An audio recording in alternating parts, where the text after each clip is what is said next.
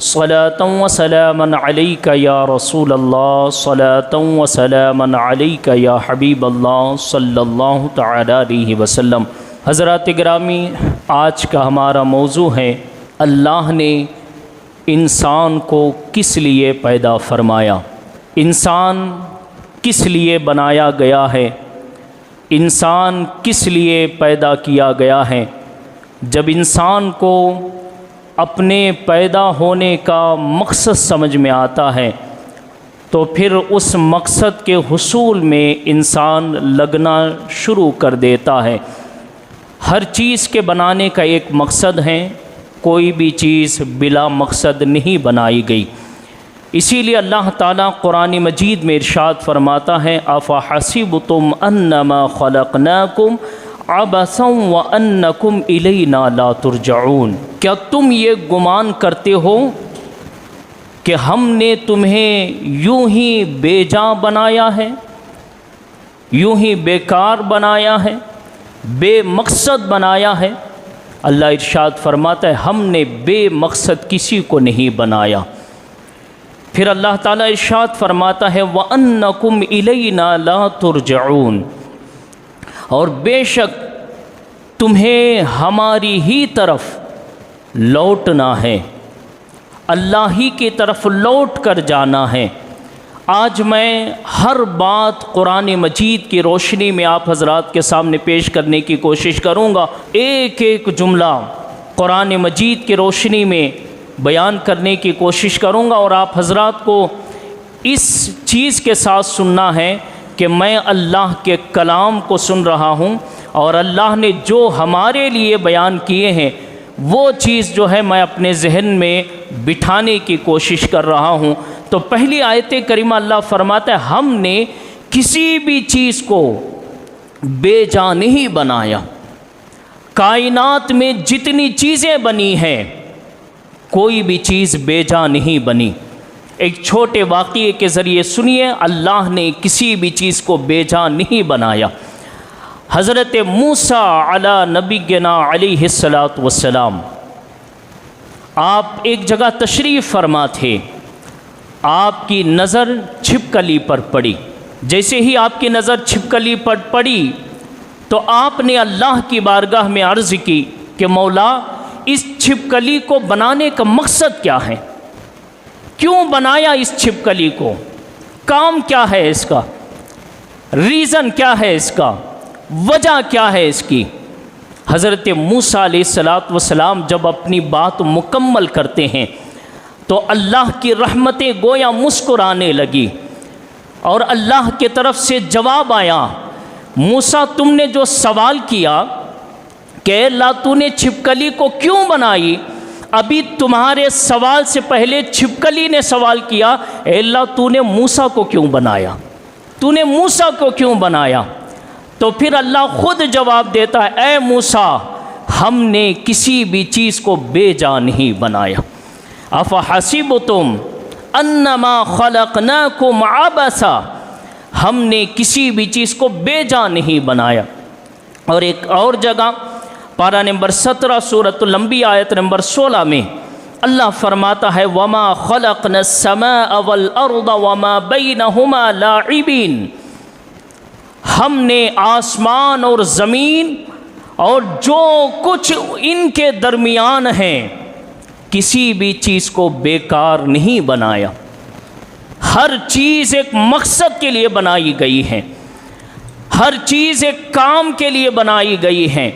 ایک اور جگہ پارہ نمبر 25 سورۃ الدخان آیت نمبر 38 میں اللہ فرماتا ہے وما خلقنا السماوات والارض وما بینہما لاعبین، اے لوگوں ہم نے آسمانوں کو اور ہم نے زمین کو اور جو کچھ آسمانوں زمین کے درمیان ہیں کھیل کود کے لیے نہیں بنایا۔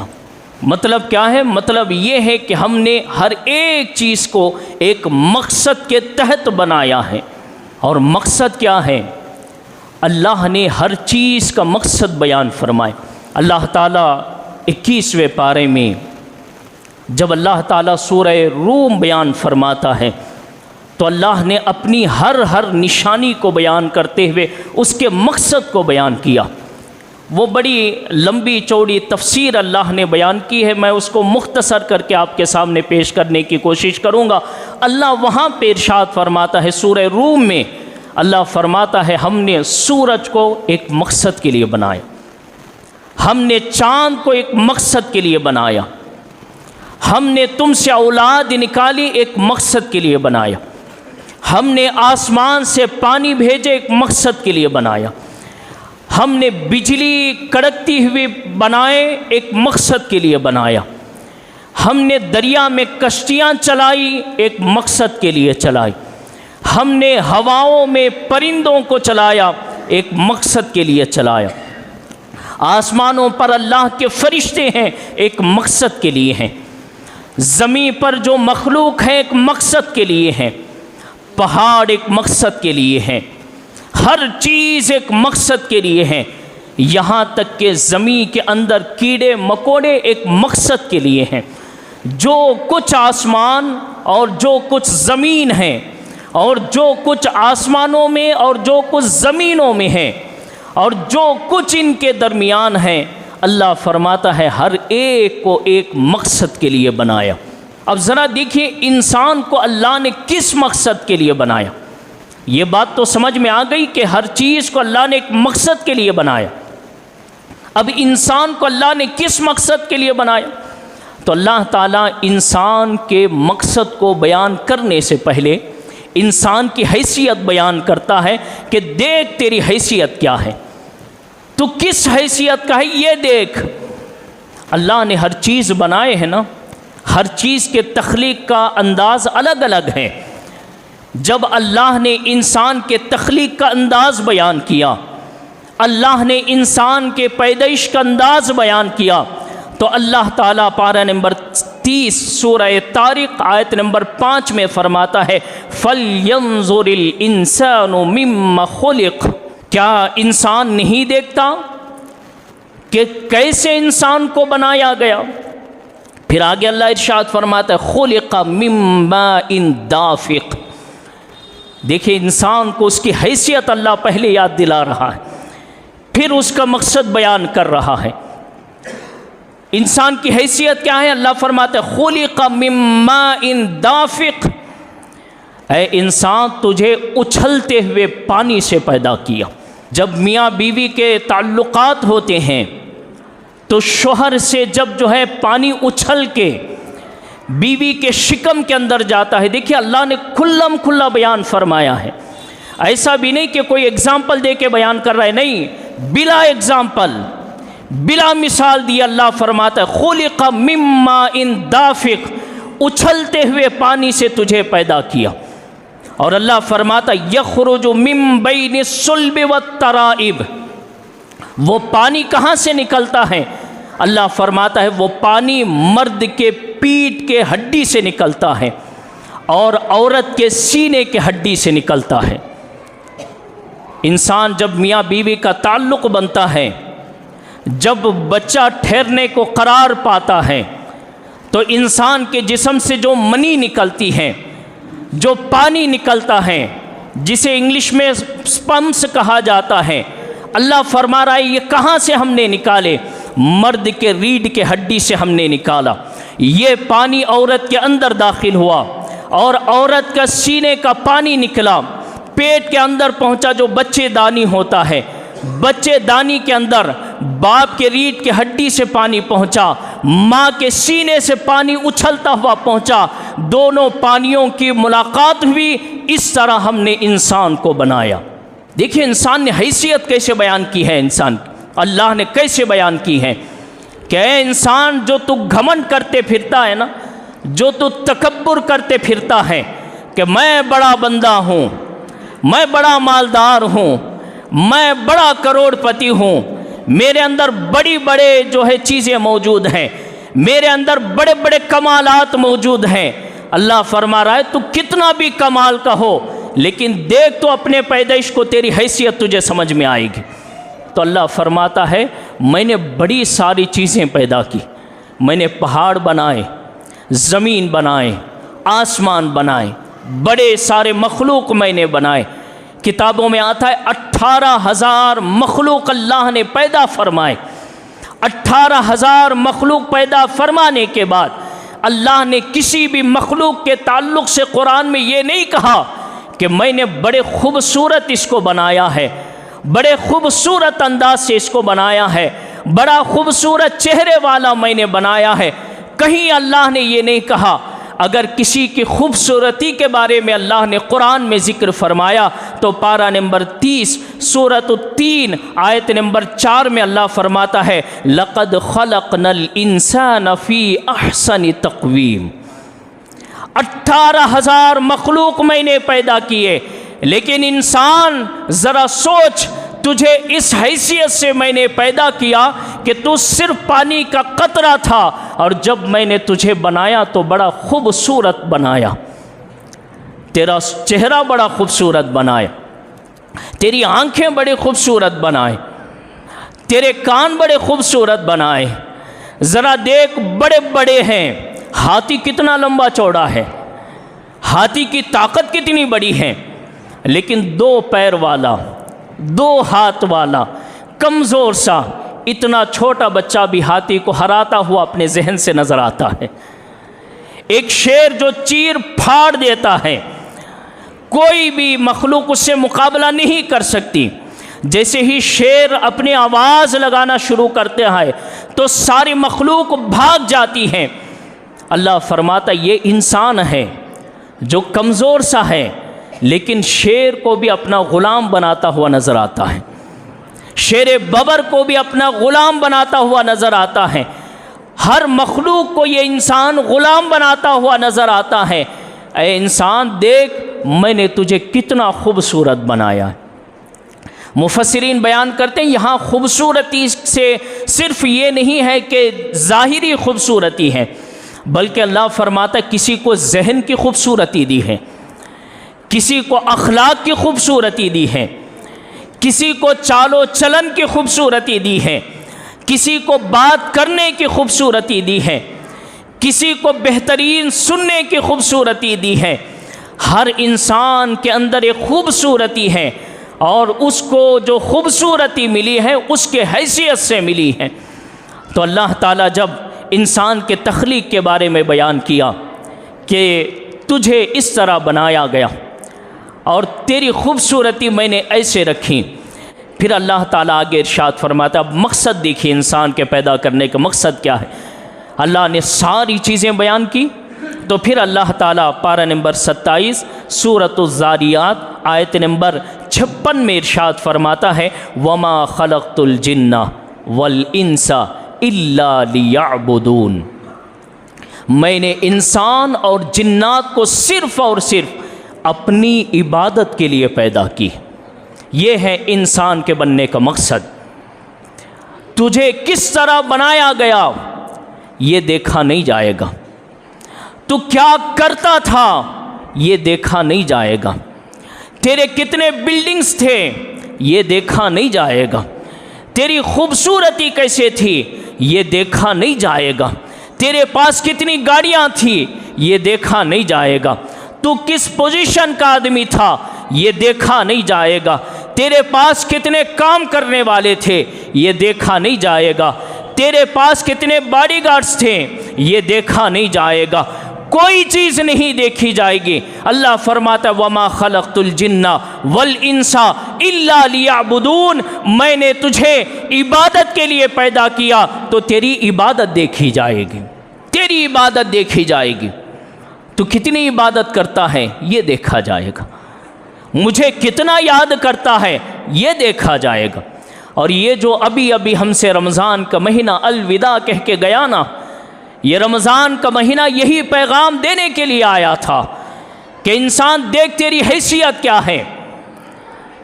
اگر تو بھوکا رہنا شروع کریں تو تیرا ایک لمٹ ہے، ایک ٹائم ہے، اسی وقت تک تو بھوکا رہ سکتا ہے۔ اگر زیادہ دیر تک بھوکا رہا تو تیری جان نکل جائے گی۔ اب بتا تیری حیثیت کیا ہے۔ یہ رمضان بتانے کے لیے آیا تھا کہ پیاسا رہنے کے لیے بھی تجھے ایک ٹائم چاہیے۔ اگر اس سے زیادہ ٹائم ہو گیا تو جان نکلنا شروع ہوگی۔ ذرا دیکھ، تیری حیثیت پانی کے بغیر بھی تیری زندگی نہیں۔ یہ رمضان کا مہینہ بتانے آیا تھا کہ تیرا مقصد کیا ہے۔ کھانا تیرا مقصد نہیں ہے، پانی تیرا مقصد نہیں ہے، خواہشات تیرا مقصد نہیں ہے۔ مقصد کیا ہے؟ رمضان بتانے آیا تھا اللہ کا ذکر تیرا مقصد ہے، اللہ کی عبادتیں تیرا مقصد ہیں، نمازیں تیرا مقصد ہیں، روزے تیرا مقصد ہیں، زکوٰۃ تیرا مقصد ہے، اللہ کی یاد تیرا مقصد ہے۔ تجھے اللہ نے بنایا ہے تو کس لیے بنایا؟ الا لیعبدون، اپنی عبادت کے لیے اللہ نے تجھے بنایا ہے۔ اب دیکھیے اللہ نے یہاں دو چیزوں کا بیان فرمایا۔ ایک تو اللہ کہتا ہے میں نے انسان کو، اور ایک کہا جنات کو۔ میں نے انسان اور جنات کو اپنی عبادت کے لیے بنایا۔ اللہ نے یہاں دو ہی چیزوں کا ذکر کیوں کر رہا ہے؟ انسان کا اور جنات کا، دو ہی مخلوق کا اللہ ذکر کیوں کر رہا ہے؟ باقی بھی تو اللہ کے مخلوق ہیں، فرشتے بھی اللہ کے مخلوق ہیں، سورج بھی اللہ کا مخلوق ہے، چاند بھی اللہ کا مخلوق ہے، ستارے بھی اللہ کے مخلوق ہیں، آسمان بھی اللہ کے مخلوق ہیں، تارے بھی اللہ کے مخلوق ہیں، زمین بھی اللہ کے مخلوق ہیں، پہاڑ بھی اللہ کے مخلوق ہیں، چرندے بھی اللہ کے مخلوق ہیں، پرندے بھی اللہ کے مخلوق ہیں، درندے بھی اللہ کے مخلوق ہیں، ہر چوپائے اللہ کے مخلوق ہیں، ہر اڑنے والے اللہ کے مخلوق ہیں، ہر چیز زمین و آسمان کے اندر اللہ کے مخلوق ہیں۔ تو اللہ تعالیٰ ان ساری چیزوں کو چھوڑ کر صرف انسان کا ذکر کیوں کیا، صرف جنات کا ذکر کیوں کیا؟ اگر ہم قرآن کی دوسرے جگہ ہم دیکھتے ہیں تو ہمیں یہ بات سمجھ میں آتی ہے کہ اللہ نے انسان اور جنات کو کیوں خاص کر ذکر کیا، باقی چیزوں کا ذکر کیوں نہیں کیا؟ یہ کہہ کر کہ میں نے ان چیزوں کو اپنی عبادت کے لیے بنائی ہے، وہ اس لیے کہ اللہ تعالیٰ پارہ نمبر 17 سورۃ الحج میں اللہ تعالیٰ ارشاد فرماتا ہے آیت نمبر 18 میں، الم تر ان اللہ یسجد لہ من فی السماوات ومن فی الارض والشمس والقمر والنجوم والجبال والشجر والدواب وکثیر من الناس۔ اللہ ارشاد فرماتا، اے محبوب کیا آپ نے نہیں دیکھا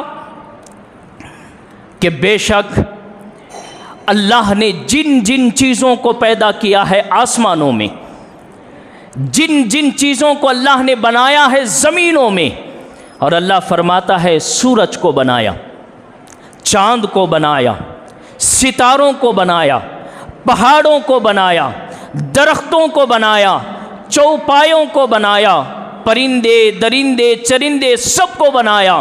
اللہ ارشاد فرماتا ہے یہ سارے کے سارے میری عبادت میں لگے ہوئے ہیں، آلریڈی پہلے سے لگے ہوئے ہیں۔ اس لیے اللہ نے الگ سے ذکر نہیں کیا کہ میں نے انسان اور جنات کی طرح ان کو بھی اپنی عبادت کے لیے پیدا کیا۔ کیوں؟ اس لیے کہ یہ آلریڈی لگے ہوئے ہیں اللہ کی عبادت میں۔ آسمان کے اوپر فرشتے ہیں، اللہ کی عبادت میں لگے ہوئے ہیں۔ زمین کے اندر کیڑے مکوڑے ہیں، اللہ کی عبادت میں لگے ہوئے ہیں۔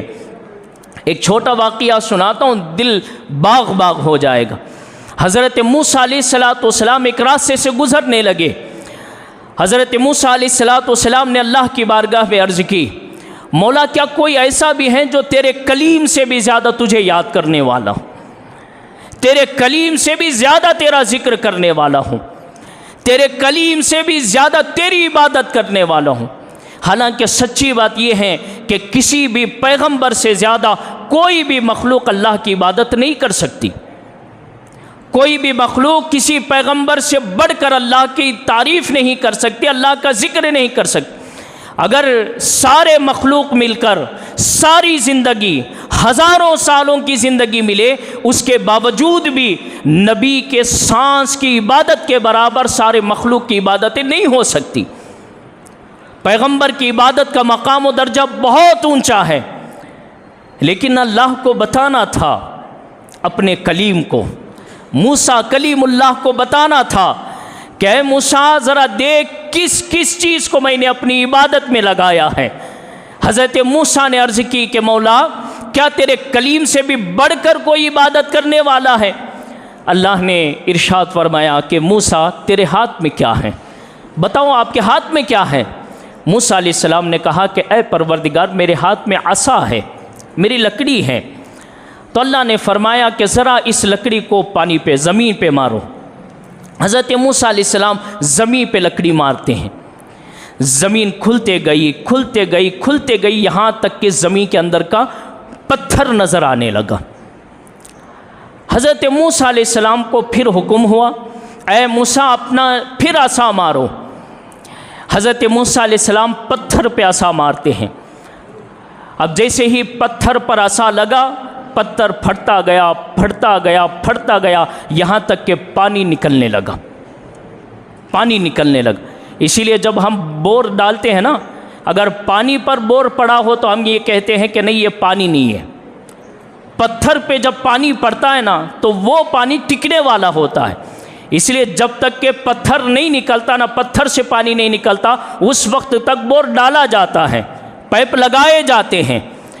تو پہلے پانی پھر پتھر ہیں، پتھر کے اندر پانی ہے۔ اب اللہ نے دیکھو اور کمال بیان فرمایا، کہا موسیٰ پانی پہ بھی مارو۔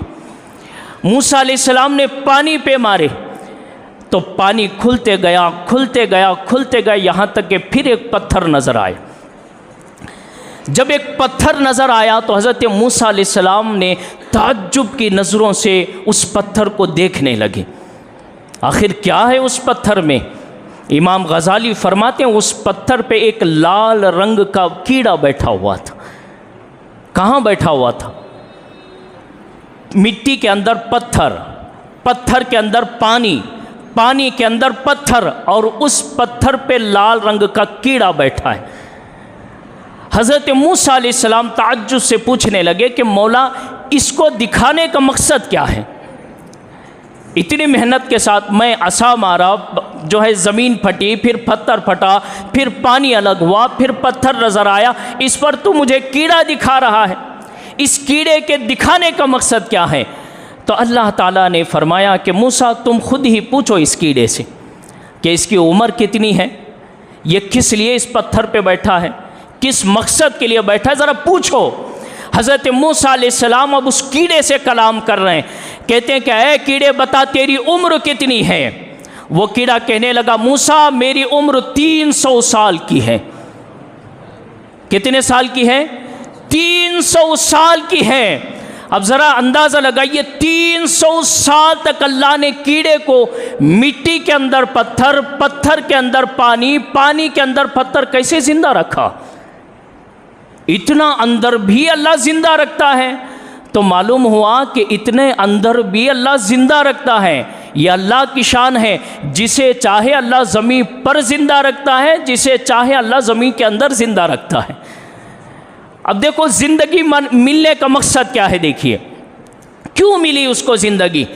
300 سال تک مرا نہیں، 300 سال تک ایک کیڑا بیٹھا تھا، زندگی بھی ہے اس کے اندر، بات بھی کر رہا ہے، سانس بھی لے رہا ہے۔ حضرت موسیٰ نے پوچھا 300 سال تک کیا کر رہا تھا؟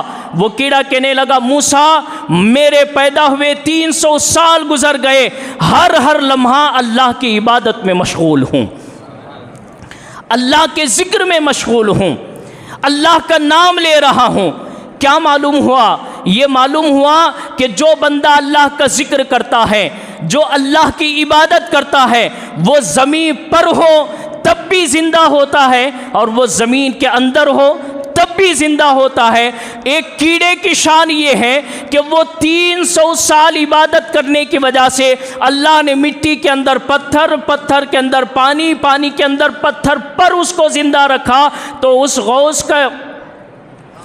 غوث کا اندازہ کون لگا سکتا ہے جنہوں نے اپنی پوری زندگی دن رات اللہ کی عبادت کے لیے خرچ کر دیا ہے۔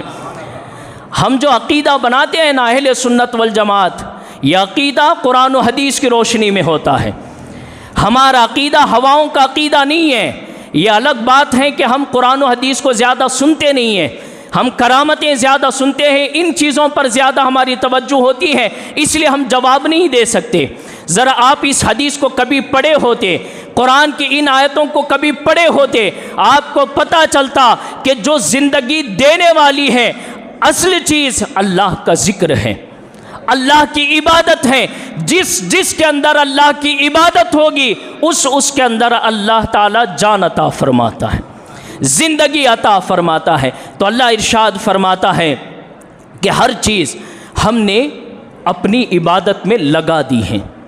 اور پھر جب انسان کی بات کی اللہ نے کیا کہا، یہ دیکھو آگے جتنی بھی چیزیں گزری نا، اللہ فرماتا ہے من فی السماوات ومن فی الارض والشمس والقمر والنجوم والجبال والشجر والدواب، یہ جتنی چیزیں ہیں اللہ نے یہ نہیں کہا کچھ فرشتے، کچھ آسمان کے مخلوق، یا کچھ زمین کے اندر کے مخلوق، یا کچھ ستارے، یا کچھ درخت، یا کچھ پہاڑ نہیں کہا۔ اللہ نے فرمایا سارے کے سارے، سب کے سب عبادت میں مشغول ہیں۔ لیکن انسان کی بات کی تو اللہ فرماتا وَكَثِيرٌ مِّنَ النَّاسِ، لیکن انسان میں بہت کم ہے جو میری عبادت کرتے ہیں، انسان میں بہت کم ہے جو میری عبادت کرتے ہیں، اور باقی سارے کیا ہیں؟ اللہ ارشاد فرماتا وَكَثِيرٌ حَقَّ عَلَيْهِ الْعَذَابُ، اور بہت سارے وہ ہیں جو میری عبادت سے دور ہیں اور انہوں نے اپنے آپ پر جہنم کو واجب کر لیا ہے۔ اب ہمیں سوچنا ہے ہم کن لوگوں میں ہیں۔ میں جب عبادت کی بات کرتا ہوں لوگ ناراض ہو جاتے ہیں، جب میں کہتا ہوں آؤ نمازوں کے لیے لوگ ناراض ہو جاتے ہیں کہ حضرت ایسے کیسے بول دے رہے ہیں، سیدھے سیدھے۔ بھائی ہم قرآن پڑھ رہے ہیں، ہم حدیث پڑھ رہے ہیں۔ آج ماحول یہ بن گیا ہے میرے بھائی، آج ماحول یہ بن گیا ہے ہم قرآن و حدیث بیان کرتے ہیں، لوگ ہمارے باتوں کو کہتے ہیں یہ کیسے بیان کر رہے ہیں، اور دوسرے لوگ نہ قرآن نہ حدیث کچھ بھی زبان سے آیا بک دیتے ہیں، اور لوگ یہ کہتے ہیں کہ نہیں جی یہ بہت اچھا بول رہے ہیں۔ یہ آج انسان کی کیفیت ہے، آج مسلمانوں کی ہماری حالت۔ میرے بھائیوں ہمیں تو سوچنا یہ چاہیے تھا کہ قرآن پر عمل کریں، ہمیں سوچنا یہ چاہیے تھا ہم حدیث پر عمل کریں۔ اور جس وقت آپ یاد رکھیے ہم قرآن و حدیث کے خلاف چلنے لگ جائیں گے نا، جس وقت ہماری زندگیاں قرآن اور حدیث سے بیزار ہو جائیں گی، اس وقت قیامت کی ایک ایک نشانی ہمارے سامنے ظاہر ہوگی۔ اور یہ بات میں آخری میں اس لیے جو ہے آپ کے سامنے نکال رہا ہوں کہ آج جو ہم منظر دیکھ رہے ہیں، آج بڑے بڑے ملکوں کے جو حملے ہم دیکھ رہے ہیں، ابھی جو ہے نا ابھی جو ہے یہ نیوز پھیل رہی ہے ہمارے یہاں بھی، آپ نے دیکھا ہوگا کہ اب دھیرے دھیرے پیٹرول بھی ختم ہو رہا ہے، اب دھیرے دھیرے گیس بھی ختم ہو رہا ہے، اب پھر لاک ڈاؤن بھی شروع ہونے کی باتیں کی جا رہی ہے۔ دلی میں آلریڈی جو ہے ایک منتری نے یہ اپنا نیوز میں جو ہے نا یہ اسٹیٹمنٹ دے چکا ہے کہ جو بھی نوکری والے یہاں نوکری کر رہے ہیں وہ اپنے اپنے گھروں میں جا کے نوکری کر لیں، کیونکہ یہاں رہیں گے تو پھر گاڑیاں چلانا پڑے گا، پیٹرول نہیں ہے ہمارے پاس، یہاں رہیں گے تو کھانوں کے انتظام کرنا پڑے گا، گیس نہیں ہے ہمارے پاس۔ یہ ساری چیزیں اب چل رہی ہیں، کبھی غور کیا آپ نے یہ کیوں ہو رہا ہے، یہ ایسا کیوں ہو رہا ہے؟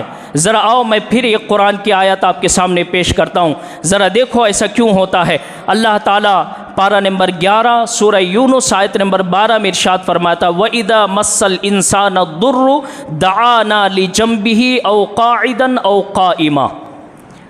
اللہ ارشاد فرماتا جب اس انسان کو، جس کو میں نے بڑی نصیحتیں دے کے بھیجی، اپنا کلام اتارا، اس کے لیے ہم نے پیغمبروں کو بھیجے، اس کے نصیحتوں کو ہم نے ایک کے بعد ایک کو بھیجتے رہے، اس کی نصیحت کے لیے، اس کی زندگی سنورنے کے لیے ایک کے بعد ایک کو بھیجتے رہے۔ کبھی آدم کو بھیجا، کبھی نوح کو بھیجا، کبھی ابراہیم کو بھیجا، کبھی اسماعیل کو بھیجا، کبھی موسیٰ کو بھیجا، کبھی عیسیٰ کو بھیجا، کبھی پیارے آقا کو بھیجا، اور کبھی تورات اتارا، کبھی انجیل اتارا، کبھی زبور اتارا، کبھی قرآن اتارا، اس انسان کو دکھانے کے لیے کہ اے انسان تیرا مقصد کیا ہے، آ اپنے اصلی مقصد کی طرف۔ لیکن انسان کیا کرتا ہے وَإِذَا مَسَّ الْإِنسَانَ الضُّرُّ دَعَانَا، جب اس کو مصیبت آتی ہے تب آتا ہے میرے پاس، اس کو مصیبت آتی ہے تب آتا ہے میرے پاس۔ اور ہمارا بالکل یہی حال ہے۔ کرونا تھا، لاک ڈاؤن تھا، مسجدیں بند تھیں، لوگ بار بار آ کے امام مؤذن صاحب کو پریشان کر رہے تھے، کبھی کمیٹی والوں کو پریشان کر رہے تھے، ہمارے کو کئی کو نمازاں پڑھنے نہیں دے رہی، ہمارے کئی کو مسجدوں میں نہیں بلا رہی۔ کیا ہم مسلمان نہیں ہیں؟ کیا ہم عبادت کرنے والے نہیں ہیں؟ کیا ہم نمازی نہیں ہیں؟ بول رہے تھے کہ نہیں بول رہے تھے؟ مسجدیں بند تھی، 5 لوگوں کو اجازت تھی، اور اگر امام صاحب بولے یا مؤذن صاحب بولے جناب گورنمنٹ سے 5 لوگوں کی اجازت ہے، اس سے زیادہ نہیں جمع ہو سکتے، تو مؤذن اور امام پہ جھگڑے کے لیے اتر جاتے تھے لوگ کہ ہمیں نماز نہیں پڑھ رہے دینے۔ مسجد سے باہر بھگانے والے یہ کون ہوتے ہیں؟ ان کے باپ کی مسجد ہے یار، آج تو کھلی ہے نا، آج کیوں نہیں آ رہا تو؟ آج تو مسجدیں بند نہیں، آج کیوں نہیں آ رہے؟ تو اللہ ارشاد فرماتا وَإِذَا مَسَّ الْإِنسَانَ الضُّرُّ دَعَانَا، مصیبت آتی ہے تو آتا ہے، اور مصیبت آتی ہے تو آتا کیسے؟ اللہ فرماتا لِجَنبِهِ أَوْ قَاعِدًا أَوْ قَائِمًا، اگر لیٹ کے آنے کا موقع ملے تو لیٹ کے آتا ہے، اگر بیٹھ کے یاد کرنے کا موقع ملے تو بیٹھ کے یاد کرتا ہے، کھڑے ہو کے ہونے کا موقع ملے تو کھڑے ہو کے یاد کرتا ہے۔ مجبوری ہو تو انسان ہر حالت میں اللہ کی عبادت کرتا ہے، لیکن جب مجبوری ہٹتی ہے تو اللہ خود فرما رہا ہے، اللہ کہتا فَلَمَّا كَشَفْنَا عَنْهُ ضُرَّهُ مَرَّ كَأَن لَّمْ يَدْعُنَا إِلَىٰ ضُرٍّ مَّسَّهُ، اللہ ارشاد فرماتا ہے جب اس سے ہم مصیبت ہٹا لیتے ہیں، جب ہم اس سے جو ہے پریشانی ہٹا لیتے ہیں، تو پھر انسان ایسا ہو جاتا ہے جیسے کوئی مصیبت آئی نہیں اس کے اوپر، کوئی پریشانی آئی نہیں کبھی اس کے اوپر، ایسا ہو جاتا ہے۔ اور آج دیکھیے گیس نہیں مل رہا نا، تو سب آ کے اللہ کی بارگاہ میں دعائیں کریں گے، آ کے امام صاحب سے کہیں گے امام صاحب دعا کیجئے۔ تو جب امام صاحب یہ بولتے ہیں آنے سے پہلے مصیبتیں، میرے بھائیوں آؤ نماز پڑھو، نماز یہ کہتی ہے آ تو ادا کر، میں تیری مصیبتوں کو دور کر دوں گی۔ اللہ کی عبادتیں یہ کہتی ہے آ ادا کر، میں تیری مصیبتیں دور کروں گی۔ جب انسان کی مصیبتیں ہٹ جاتی ہیں تو انسان ایسا ہو جاتا ہے جیسے اسے کبھی کوئی مصیبت نہیں آئی۔ تو پھر دیکھیے اللہ ارشاد فرماتا ہے كَذَلِكَ زُيِّنَ لِلْمُسْرِفِينَ مَا كَانُوا يَعْمَلُونَ، اور ایسے ہی آراستہ کیا گیا حد سے بڑھنے والوں کو ان کے کام۔ کیا مطلب ہے؟ مطلب یہ ہے کہ ہم جب حد سے بڑھ جاتے ہیں نا، یعنی اللہ سے دور ہونے لگتے ہیں، اللہ کے نبی سے دور ہونے لگتے ہیں، نمازوں سے، روزوں سے، عبادتوں سے دور ہونے لگتے ہیں، تو ہمیں نمازیں چھوڑنا اچھا لگتا ہے، ہمیں صبح کی نماز چھوڑ کے سونا اچھا لگتا ہے، ظہر عصر مغرب عشاء چھوڑ کے دکانوں میں بیٹھنا اچھا لگتا ہے، گھروں میں بیٹھ کے ٹی ویاں دیکھنا اچھا لگتا ہے۔ جب ہم جو ہے اللہ تعالیٰ کی عبادتوں سے دور ہو جاتے ہیں، ہمیں یہ کام اچھے لگنے لگتے ہیں۔ اللہ ارشاد فرماتا ہے حد سے بڑھنے والوں کو ہم پھر مزین کر دیتے ہیں ان کاموں میں، ان لوگوں کو یہ کامیں اچھے لگتی ہیں، اور جب یہ کام اچھے لگنے لگتے ہیں پھر انہی کاموں میں مست ہو جاتا ہے۔ آج ہماری زندگی بالکل ایسی ہے کہ نہیں ہے میرے بھائیوں؟ آج بھی ہمارے پاس راستہ ہے، کتنا بیان کریں گے، کتنے مرتبہ بیان کریں گے؟ ایک بار تو دل کے کانوں سے سنو، آپ کو اللہ یہ تو نہیں کہہ رہا ہے نا کہ آؤ تم بھی غوث و خواجہ کی طرح آ کے بیٹھ جاؤ، اللہ یہ تو نہیں کہہ رہا نا کہ تم بھی جو ہے نا ان ولیوں کی طرح آ کے بیٹھ جاؤ، اللہ یہ کہہ رہا ہے کہ کم سے کم 5 وقت کی نماز کے لیے تو آؤ، 5 وقت نماز کے لیے تو آؤ۔ وہ کہاں گئے جو رمضان میں آتے تھے؟ میں پوچھنا چاہتا ہوں، وہ کہاں گئے روزدار؟ وہ کہاں گئے نمازی؟ ناراض مت ہوئیے گا، بات بات پہ ناراض ہونا ہماری عادت ہوتی ہے، لیکن دل پہ لیجئے گا کہ میں ناراض ہو جاؤں چلے گا، آپ ناراض ہو جائے چلے گا، اگر رب ناراض ہو جائے کوئی ہے بچانے والا؟ کوئی ہے پوچھنے والا؟ رب ناراض ہو جائے، اللہ ناراض ہو جائے تو کون ہے بھائی سننے والا؟